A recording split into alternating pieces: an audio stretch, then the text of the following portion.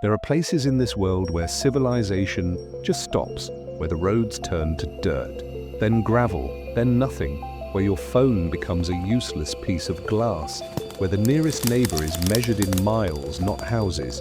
The Appalachian Mountains are full of these places, and in those forgotten hollows between ridges older than memory, people have seen things that don't follow the rules we've built our lives around, things that wait in the silence.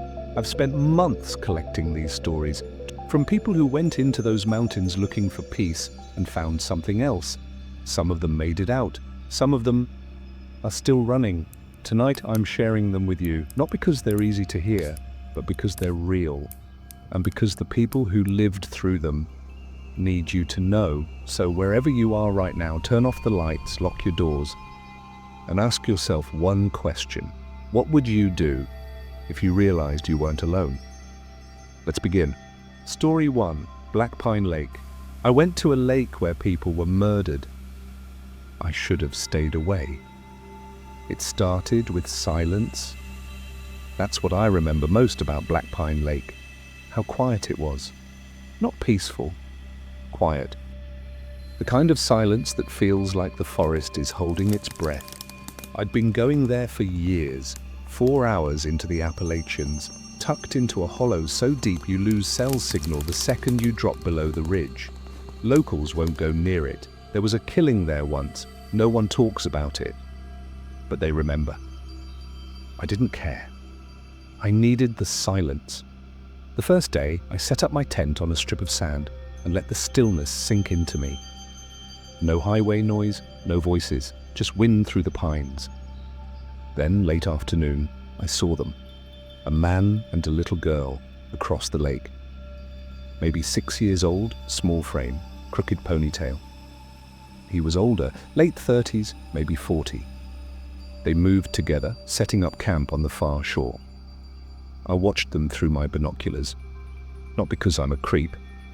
I birdwatch. But something about them felt wrong. The girl moved differently. Too deliberate, too aware. And the man, he didn't treat her like a child. They came over later to introduce themselves. He was friendly. She ran around like any kid would, collecting stones, laughing, normal. But her eyes, God, her eyes, they lingered too long, like she was studying me. The next day, I saw them again. This time, through my binoculars, I caught something that made my blood turn cold. The girl was in his arms, and they kissed. Not a peck, not fatherly, intimate. I lowered the binoculars and felt sick. I didn't want to see more. I didn't want to know. That night, I told myself I'd leave in the morning. But I never got the chance. I woke to footsteps outside my tent. Soft, measured, deliberate. I unzipped the flap just a crack, and there she was. Standing at the edge of my firelight, hands at her sides, head tilted, smiling. It was 3:10 a.m. I sat there, frozen, my heart hammering in my chest. My brain screamed at me to stay calm. She's just a kid, but she wasn't. I forced myself to step outside. Where's your father? She shook her head. Do you want me to walk you back?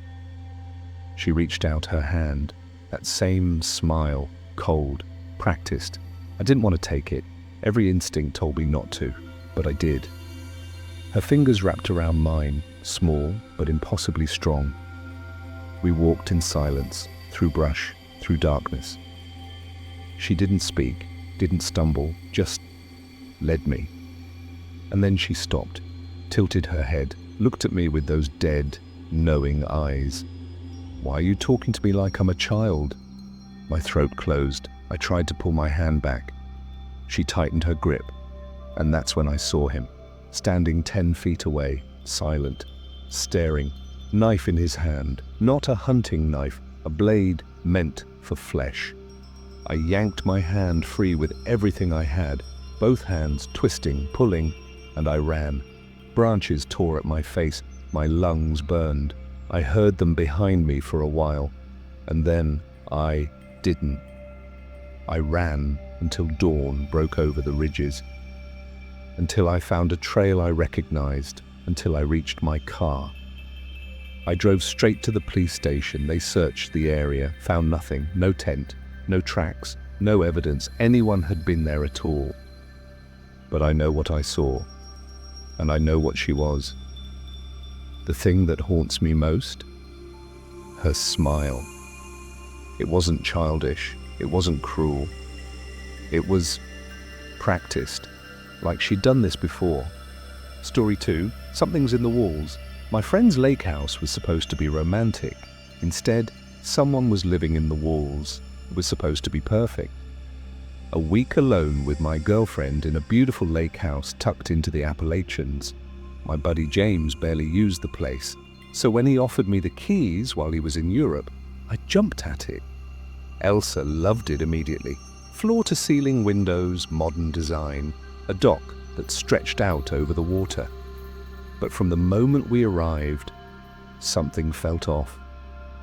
I can't explain it. I grew up rough, bad neighborhood, worse stepfather. I learned early how to read danger, how to trust my gut. And my gut was screaming. Still, I tried to shake it. We unpacked, swam in the lake, watched the sunset. That night, I couldn't sleep. The air was thick, suffocating.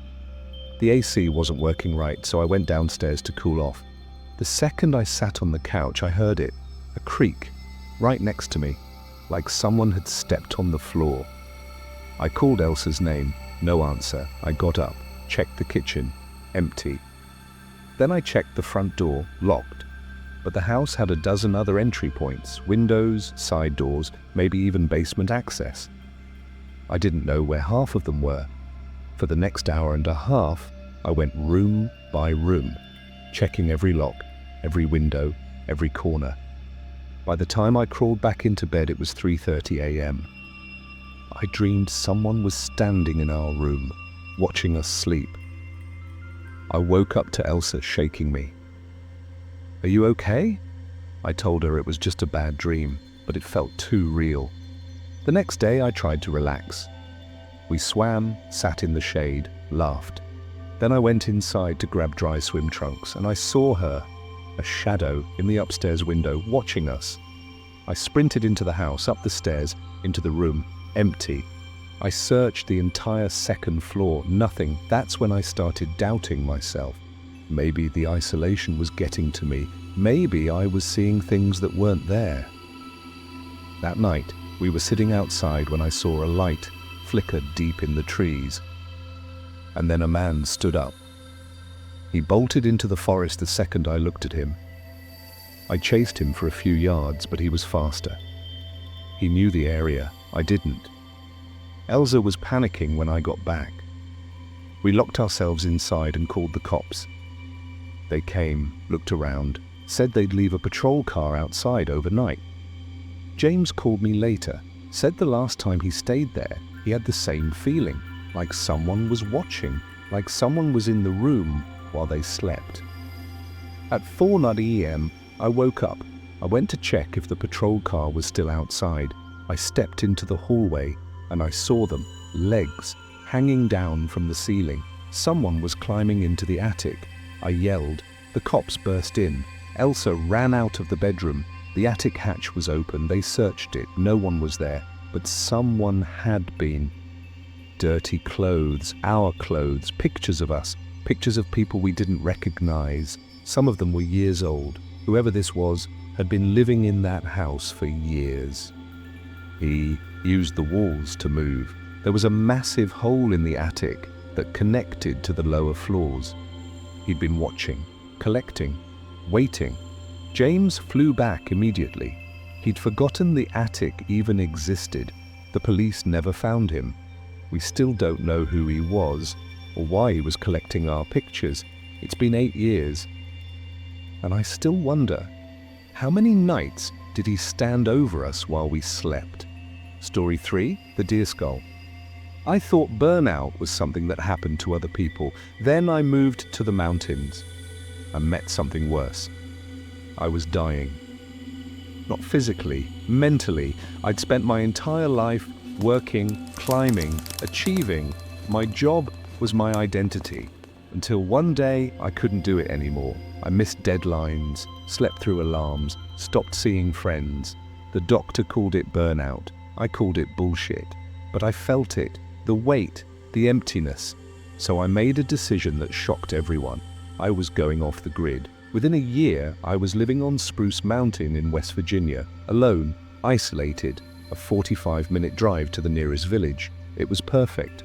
For 3 years, nothing happened. Then 6 months ago, things started to change. I was reading one night when I heard a knock on the window behind me. I turned, nothing but darkness.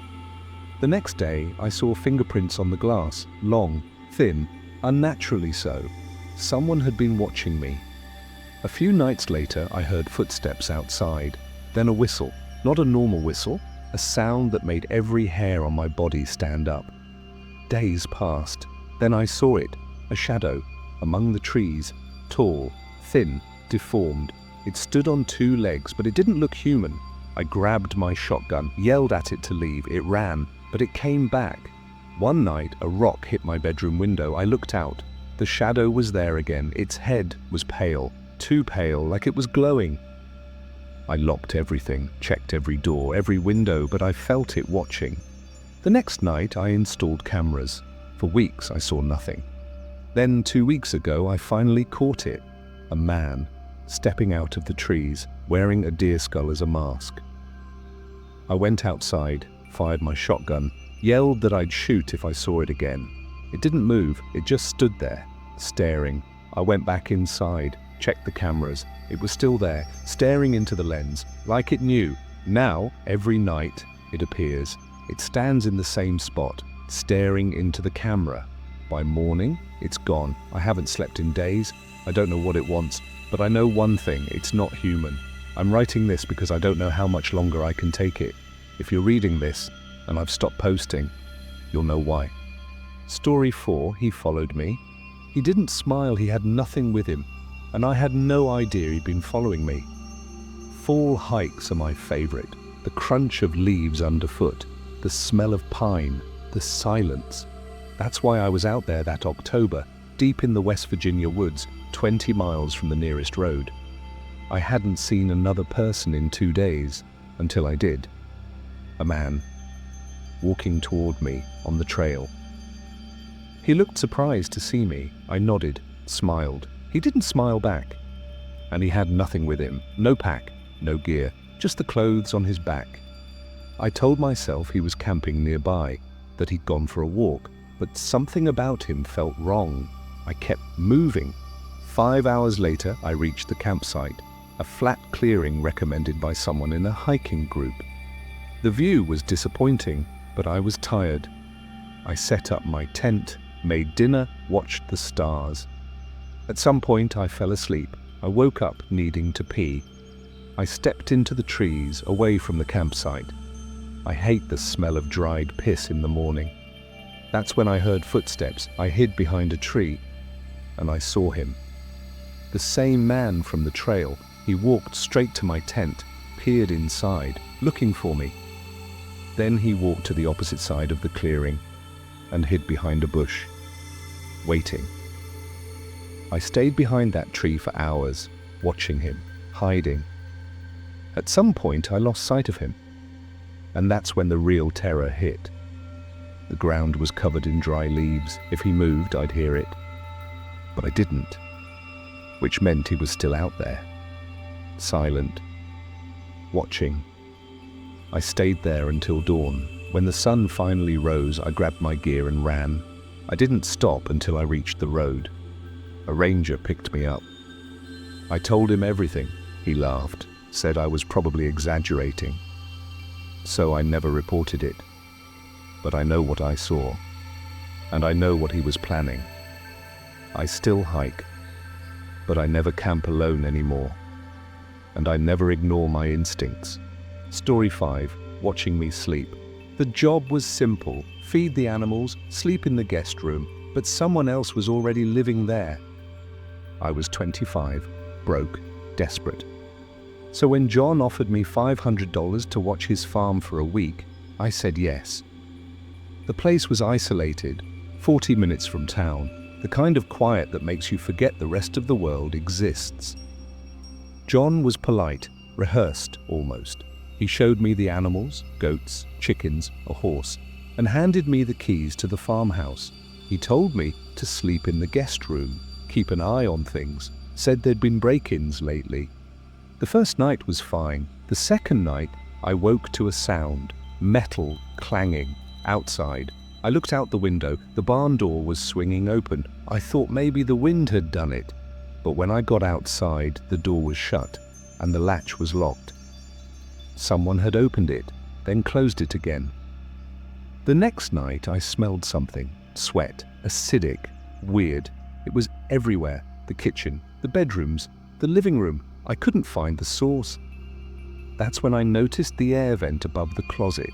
The screws were shiny, new. I climbed up to check, and I saw it. A camera, glued to the slats, pointed directly at the bed. I ripped the grate off, pulled the camera out. My hands were shaking. Why would John put a camera in the guest room? I started searching the house, room by room. When I reached the main bedroom, I saw it, a hatch in the ceiling. I pushed it open, and there he was, curled up in the corner like a scared animal. The attic had monitors, streaming live footage of my bed. The walls were covered in photos, other people lying in beds. I yelled at him, called him a coward. He didn't move. I left that night, called the police the next morning. They said they'd had another complaint just like mine, but no proof. By the time they got there, he'd already cleaned everything up.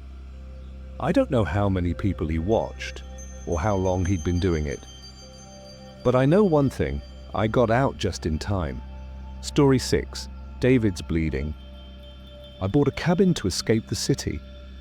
Instead, I found out I wasn't alone. I've lived in West Virginia my whole life. So when I finally saved enough to buy a house, I knew exactly what I wanted. Isolation. The cabin I found was perfect. 2 floors, 4 bedrooms, surrounded by dense forest. The nearest neighbor was miles away. It took 2 years to fix the place up. But when I finally moved in, it felt like freedom. For the first time in my life, I could breathe. Then about a week ago, my cousin David came to visit. Brought a friend named Cedric. David's the outdoorsy type. Grew up camping, hunting, but even he wasn't ready for this. The first day was great. We unpacked, chopped wood, lit the fireplace. David wanted to explore before sunset, so he left without a flashlight. Said he'd be back in half an hour. An hour passed, then 2. It was pitch black by the time Cedric asked if we should go looking for him. I grabbed my flashlight and told Cedric to stay behind, just in case David came back. I found him on the trail, moving fast, shoulders stiff, glancing over his shoulder. When he saw me, I could see the relief in his face. "We need to get out of here," he said. Back at the cabin, he told me someone had been following him. A man, standing between the trees, not speaking, just staring.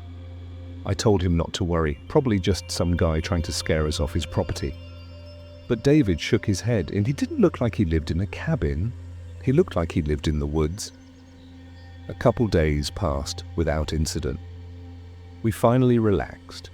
One night we lit a fire outside and sat talking. David kept glancing at the trees. The next day we went on a long hike. Exhausted ourselves. When we got back, David said he was going to shower. An hour and a half later, I realized the water had never turned on. I knocked on the bedroom door. No answer. I opened it, and I saw him, David, kneeling in the corner, eyes wide, shaking his head. Next to him stood a man, tall, thin, greasy black hair. His eyes were bulging, too wide, staring at David. He was holding something in his hand, a weapon. Blood was running down the side of David's head. I asked what was happening. The man shouted, "He stole my son!" Cedric appeared in the doorway. The man glanced at him, and in that split second I kicked his hand. A gunshot rang out. David shoved him to the ground. The man wasn't yelling words anymore, just sounds, high-pitched, animal. At some point he bit me. Cedric grabbed the gun. The man lunged at him, slammed his head into the furniture. Then he ran down the stairs into the woods. I tried to follow, but he was fast. It's been 4 months. I still live here, but I'm always watching, waiting for him to come back. We don't know how he got inside. All the doors were locked, all the windows were shut, but he was there, and I don't think he's done. Story 7, Rain and Terror. That night, someone tried to take everything from me, and I'll never forget the sound of the rain. It was late October, pouring rain. I was driving through the Blue Ridge Mountains with my daughter Claire, strapped in the back seat. We were on our way to see my parents. She'd never met them. It should have been simple, but nothing about that night was simple. I need to tell you something about myself first. My wife died 5 years ago, giving birth to Claire. For a long time, I was a terrible father. Grief made me selfish. I couldn't see that there was a little person depending on me. But 3 years ago, I started therapy. I made a commitment to be better. This trip was part of that. By midnight, I was exhausted. Claire had been crying for hours. The rain was coming down so hard I could barely see the road. And then I felt it, the urge. I have a condition, urinary incontinence. When it hits, I have to stop. I pulled over, ran into the trees, and that's when I saw it, a light, deep in the forest. I stepped closer, curious, and for just a moment, I was relieved. Claire had stopped crying. Then the relief turned to ice. I ran back toward the car, and I saw someone running, holding Claire in their arms. I screamed, chased them. They dropped her. I don't know if she was hit or drugged or worse. She was limp in my arms, unresponsive. I drove 45 minutes in 27. At the hospital, they found a head injury, not massive, but enough to knock her out. The police searched for 2 days. They never found anyone. But what keeps me awake isn't the fear, it's the guilt. The fact that I wanted her to be quiet, that I left the car door open, that I felt relief when she stopped crying. Even though she survived, I'll never forgive myself. Every decision I made that night was wrong, and I'll carry that weight for the rest of my life. Story 8, the gas station. The gas station was empty, but 2 men were waiting, and they knew I'd stop. It was late October 2019. I was driving alone from Roanoke to Asheville. 5-hour drive, most of it through the Blue Ridge Parkway. By the time I hit the mountains, it was pitch black. I hadn't passed another car in 40 minutes. Then I saw my gas gauge dipping. My GPS showed a station 10 miles off the main road. I took the exit. The road was narrow, twisting, empty, the kind of place where if something goes wrong, no one knows for hours. The gas station finally appeared. Old, run down, 2 pumps. One was out of order. I pulled in. That's when I saw it. A red SUV, parked off to the side, hidden from the road, no front plate. My stomach dropped. I told myself it was nothing, just a local paying cash. I swiped my card, started pumping. Then I heard footsteps. A man walked out from behind the SUV, dirty clothes, work boots, long hair. He walked past my car, glanced at me, then drifted toward my passenger door. I asked if he needed help. Without thinking, I blurted out, "I'm armed." He didn't react. I jumped into my car, locked the doors. He just stared. I threw the car in reverse, cut the wheel. As I pulled out, I saw movement near the trees. Another man, standing there, watching. 2 miles out, I saw it, an SUV, blocking the road. It was a trap. I had 2 options, stop and face them, or drive off the road. I slammed the accelerator, cut to the left. The brush was low. My car scraped something underneath. I got back on the road, floored it. In my mirror, I saw them get back in the SUV. I called 911, told them I was being chased. And then their lights went out. They disappeared. I made it to the nearest town, filed a report. The police said they'd investigate. But I'm almost certain of one thing. They'd done this before. And they were listening to police communications. That's why they gave up the second I called. I never drive without extra gas now. And I never take back roads alone. Story 9. I thought the cabin would be safe. Then I heard the knock. I was staying at my uncle's cabin in the Blue Ridge Mountains. He'd built it himself back in the 80s. Small, isolated, perfect. That night, it was pouring rain. The power had already flickered twice. I'd lit candles just in case. I was sitting on the couch, scrolling through photos, when I noticed the dog. Penny, my uncle's old mutt. She was staring at the sliding glass door. Ears up, tail still, not barking, just staring. I got up, pulled the curtain back. Nothing but trees and rain. Then the security light clicked on. Something had moved out there. I told myself it was an animal. Closed the curtain, sat back down, then the power cut. I grabbed a flashlight, checked the breaker box. Everything was fine. The power was just out. I opened the back door to check the porch light, and I saw them. Boot prints in the wet wood, leading from the steps to the sliding door. They weren't mine. I shut the door, locked it, killed the flashlight. Someone had been standing at that door, watching me. I heard it again, outside, slow steps on wet gravel. Whoever it was circling the cabin. I went upstairs, locked Penny in the room, grabbed the shotgun my uncle kept under the bed. I pulled the curtain aside and I saw him, standing on the porch, weapon in his hand. We locked eyes. He lowered his weapon. I didn't lower mine. I cracked the window open. "What do you want?" he asked, where my uncle was. Said if I wanted to stay alive, I'd better answer. I told him he wasn't home. He stared at me for a long time. Then he raised his weapon and fired. The glass shattered. I hit the floor. He was inside. He punched me, ripped the gun from my hands. Then he started running through the cabin, opening every door, until he found the one where Penny was. I begged him not to hurt her. He turned, dragged the blade across his neck, a threat. Then he left. I grabbed Penny, drove to town, filed a report. The police made a sketch of the man. My uncle recognized him, but he never told me why. He just apologized. Said the cabin would have to stay empty for a while. It's been 7 years. He still hasn't gone back. Penny's gone now, but she died in peace. And I never got answers about that night. Story 10. I inherited a cabin from an uncle I hated. I should have left it to rot. My uncle was a hunter and a cruel man. When he died, he left me his cabin deep in the Appalachian Mountains. I didn't want it, but I also couldn't let it rot. So I started visiting, fixing leaks, patching windows, and every time I went, I didn't want to leave. The silence, the isolation, it was addictive. That September, I packed a bag and decided to stay for a few days. The cabin was nothing fancy. 1 floor, a loft, a wraparound porch. The drive took 50 minutes down a dirt trail. By the time I arrived, the sun was already sinking. The first night was fine.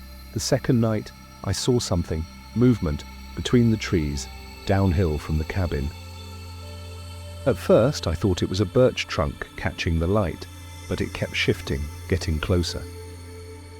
I stepped inside, locked the door, told myself I was imagining it.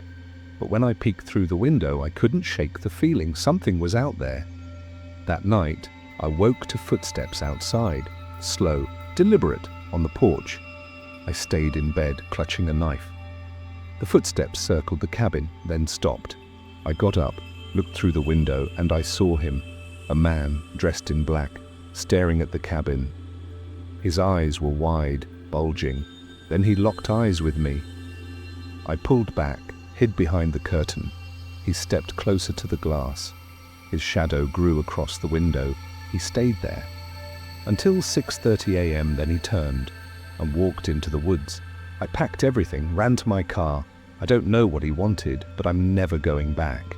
I think he was on something, but I'll never know for sure, and I don't want to. Story 11. The cabin was supposed to be my refuge. Then someone came for my uncle. I was spending a long weekend at my uncle's cabin in the Blue Ridge. It was late fall, raining hard. The cabin sat deep in the woods. Tin roof, wraparound porch. The closest neighbor was a mile downhill, no cell service, just rain and silence. The first 2 days were perfect. I was photographing, finding inspiration, letting the mountains clear my head. Then on the third night, I felt it. That feeling, like I wasn't alone. The dog, Penny, my uncle's old mutt, sat by the sliding glass door. Ears up, tail still, staring. I got up, pulled the curtain back. Nothing but trees and the hammering rain. Then the security light clicked on. Something had moved. I saw boot prints on the porch, in the wet wood, leading from the steps to the door where I'd been sitting. They weren't mine. I locked the door, killed the lights. Minutes later, the power cut. I grabbed my flashlight, checked the breaker. Everything was fine. The power was just out. I went to the back door to check the porch light. That's when I heard footsteps. Slow, deliberate, on wet gravel, circling the cabin. I ran upstairs, grabbed the shotgun my uncle kept under the bed, locked Penny in the room. Then I pulled the curtain aside and I saw him standing on the porch, weapon in his hand, staring straight at me. We locked eyes. He lowered his weapon slightly. I didn't lower mine. I cracked the window open. "What do you want?" His voice came through the rain, cold, flat.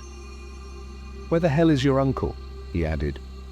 "If you want to stay alive, you better answer."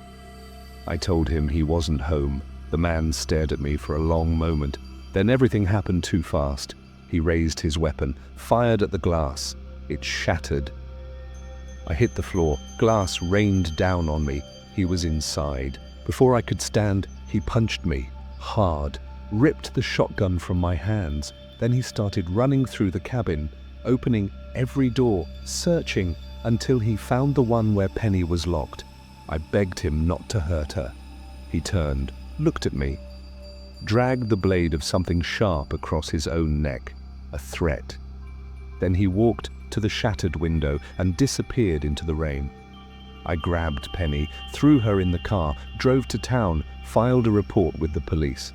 They came, took statements, made a sketch of the man. A few days later, my uncle saw it. He recognized him immediately, but he wouldn't tell me who he was or what he'd done. He just apologized, said the cabin would have to stay empty for a while. It's been 7 years, he still hasn't gone back.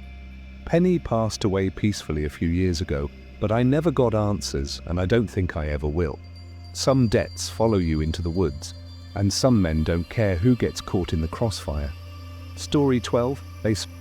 My grandparents lived deep in the Appalachians. I thought it was safe there. I was wrong. I grew up in Denver, but my mum's from West Virginia, born and raised in the mountains. Her parents still live out there, deep in the woods, the kind of place where the road turns to gravel and keeps going. When I was a kid, I loved visiting them, but my mum hated it. She'd always say they were too relaxed, that the woods weren't safe. She told me stories about voices in the trees, shadows that moved. She said you should never answer when someone calls your name from the forest. I thought she was just superstitious, until this summer. My grandfather fell, broke his hip and leg. My grandmother's still sharp, but she's tired. She can't take care of both of them alone. So I went down to help. I brought my dog, Timothy. I thought he'd love it. Big yard, plenty of space. But from the moment we arrived, he was off, head down, tail tucked, like he was trying to disappear. That evening I took him for a walk. My grandmother grabbed my arm, looked me in the eyes. "Be careful, it's not a good time to be out there." I promised I'd stay close, but the second we stepped outside, the air changed, heavier, thicker. Fog rolled in from the trees. Timothy moved slow. Each step looked like it took effort. Then he stopped, his head turned toward the tree line. I looked, and I saw her, a silhouette, standing in the fog. It looked like a woman, but something about it felt wrong. I glanced down at Timothy. Every muscle in his body was tight. The hair on his spine stood straight up. When I looked back, she was gone. I turned around, told Timothy we were leaving. Then I heard it, crying, not screaming, not sobbing, just murmuring, low, slow, like a woman whispering right behind me. I spun around. No one was there, but the sound kept going, right beside me, in my ear. Timothy froze, eyes wide, terrified. I grabbed his leash and ran. When I burst through the door, my grandmother was standing by the window, staring out, like she knew. I asked her what the hell that was. She didn't answer right away. Finally, she said, "I've seen her before, heard the murmuring at night." She paused. "Sometimes she calls to me, but I never answer. I'm still here, but I don't leave the house after dark anymore. Sometimes I peek out the window just to see if she's back. So far, nothing. But the worst part isn't what I saw. It's not knowing, not having a reason, not being able to explain it. My mum knew. She tried to warn me, and now I understand why she never wanted me to visit. Story 13. I found a campsite in the woods, a blue tent, a bloody sweatshirt, and a phone full of photos. October 21st, 2001. I was on a 5-day hike near the Tennessee-North Carolina border. The trail was harder than I expected. On the 3rd day, I lost one of my backpacks. I have no idea how. One second it was there, the next it was gone. Luckily, it wasn't a big deal, just some food. I had extra.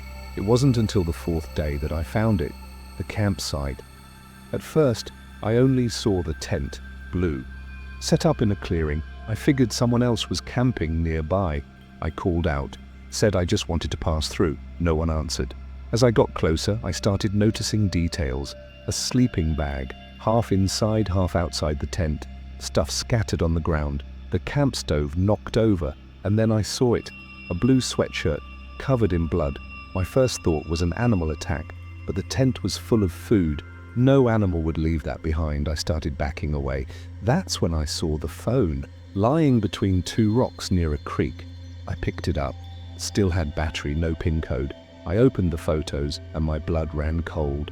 There were dozens of them, different angles of the forest, and in every single one, there was a man, sometimes partially hidden, sometimes more visible, but always there.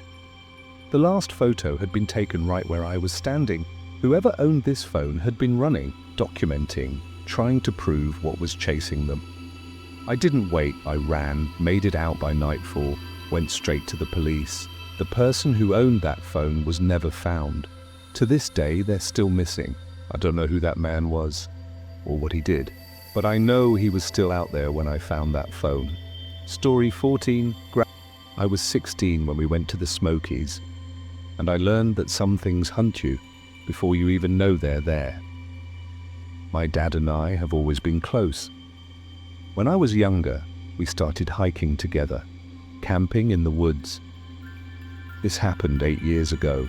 I was 16. Even though I was still young, I'd grown up fast. Tall, broad-shouldered. People thought I was at least 25. I mention this because I think the way I looked saved us. It was late September. The Smokies were basically empty. We planned to hike out to a waterfall, camp for 2 nights, then head back. The first night went fine. But the next morning, my dad asked if I'd gotten up during the night. I hadn't. I'd slept straight through. He didn't push it. We packed up and kept moving. Around 9 p.m., we heard it. A woman, screaming. We froze. We were supposed to be alone out there. My dad told me to stay at camp, but I followed him anyway. We walked for what felt like forever. Finally, through the trees, we saw it. A cabin. Old, half collapsed. My dad called out from the doorway. That's when she screamed again. And a man appeared, holding a metal pipe. My dad stepped back. The man raised the pipe. I don't know what came over me. I grabbed a thick branch from the ground, ran out of the trees toward my dad. Must have looked bigger than I realized. The man froze, then bolted into the trees. Inside the cabin, we found a woman, tied to the frame of an old fireplace. She had no idea how she'd gotten there. We stayed in the cabin until help arrived. All night we heard noises outside, twigs snapping, movement in the brush. Morning came. A helicopter flew the woman to the hospital. We were escorted out.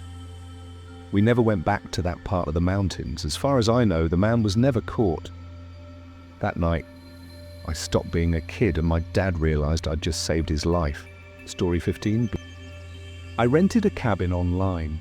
The listing seemed normal, but the site was illegal, and the man who found me was insane.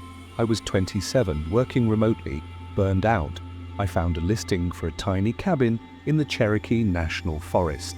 The photos were beautiful, grainy. The description said, very secluded, 4 miles from nearest road access. At the time, I wasn't in the best mental state. That's probably why I made so many stupid decisions in a row. It was late October. The leaves were peak orange and red. I packed my laptop, some food, a couple books, drove out there. Left my car at a gravel pull-off, hiked 4 miles in on a narrow, overgrown path. The cabin sat on a ridge, surrounded by trees so dense you couldn't see 30 feet in any direction. No cell service, no neighbors.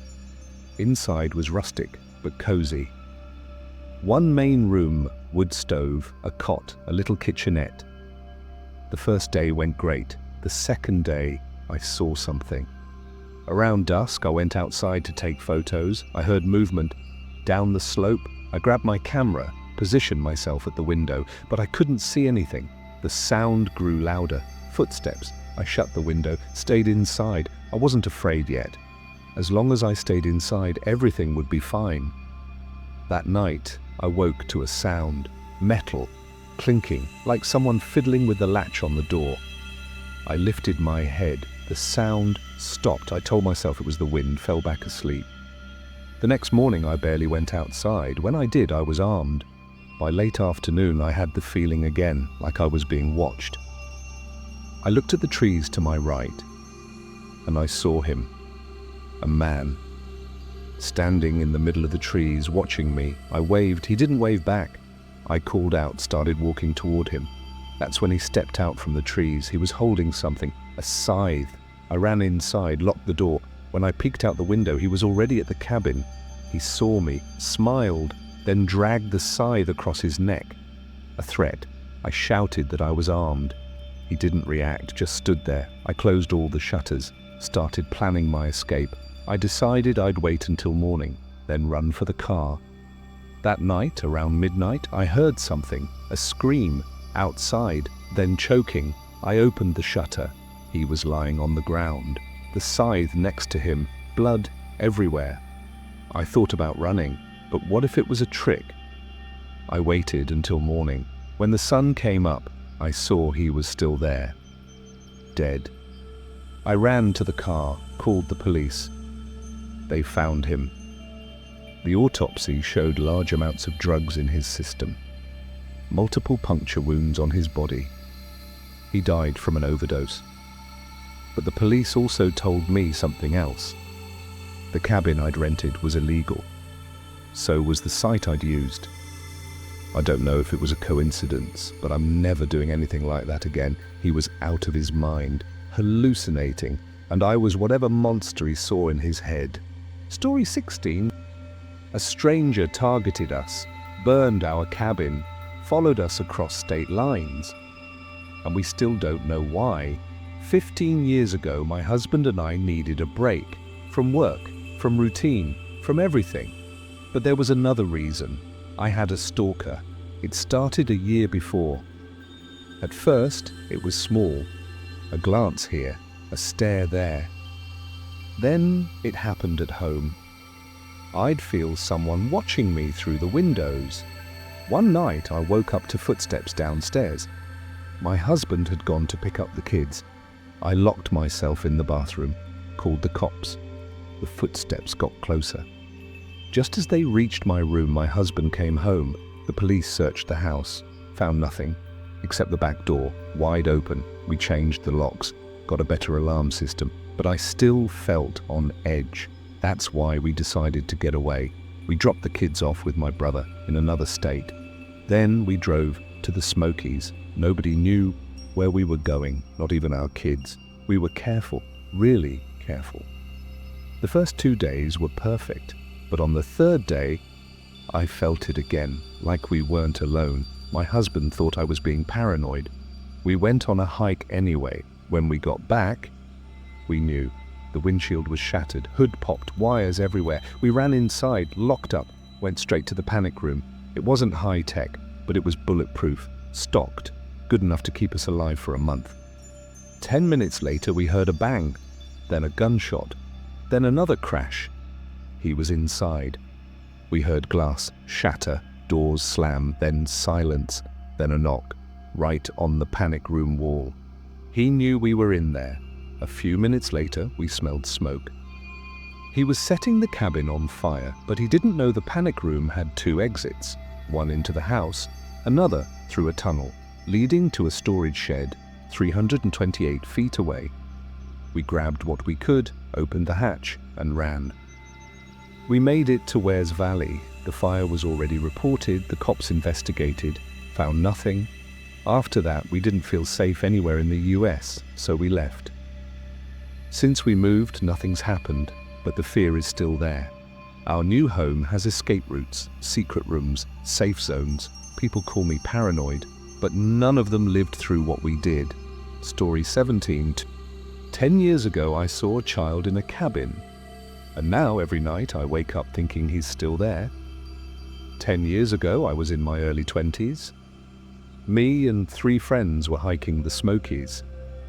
Halfway down an unmarked trail, we found it. A massive wooden cabin, hidden behind a wall of trees. The place looked deserted, windows pitch black, shutters hanging loose. We circled it for a while, debating. Finally, one of my friends pushed open the door. It wasn't even locked. Inside smelled musty, but it wasn't trashed. Furniture still there. Dusty, like whoever lived there just left. We joked about it being creepy. Then one of us said we should camp inside, so that's what we did. Laid out our sleeping bags by the fireplace. Stupid, I know, it was all fun, until I woke up in the middle of the night and saw him, a kid, standing a few feet away, pale as hell, skin like paper, his eyes wide open, locked on me. He didn't blink, didn't move. I yelled. The others woke up. When I looked back, he was gone. I was shaking so bad, I could barely talk. We called the police. When they arrived, they searched everywhere. The cabin, the clearing, the woods. They found nothing. No footprints, no signs, nothing. They asked if I was sure. I was, but even my friends thought I'd had a nightmare. For years, I've woken up in the middle of the night, convinced I'm back in that cabin. But about a month ago, it got worse. Now I'll wake up every night, heart racing. Sure, there's someone standing at the foot of my bed watching me, the same way that kid did. I don't know if he was real, or if something in that cabin got inside my head, but 10 years later, he's still there. Story 18. 18 stories, 18 people who went into the Appalachian Mountains and came back different. Some found answers. Most found only questions, but all of them found one truth. Out there, in those ancient woods, we're not at the top of the food chain anymore. The forest doesn't care what we believe. It doesn't care what we think is possible. It just exists. And sometimes it watches. If you've stayed with me through all 18 stories, thank you. Your time means everything. If these tales grabbed you, if they made you feel something, hit that subscribe button. There are more stories waiting in those mountains, more voices that need to be heard. And I'm going to share every single one of them. Drop a comment. Tell me which story affected you most, or better yet, tell me your own experience, because I know some of you have seen things too. One last thing, and remember, the mountains never forget.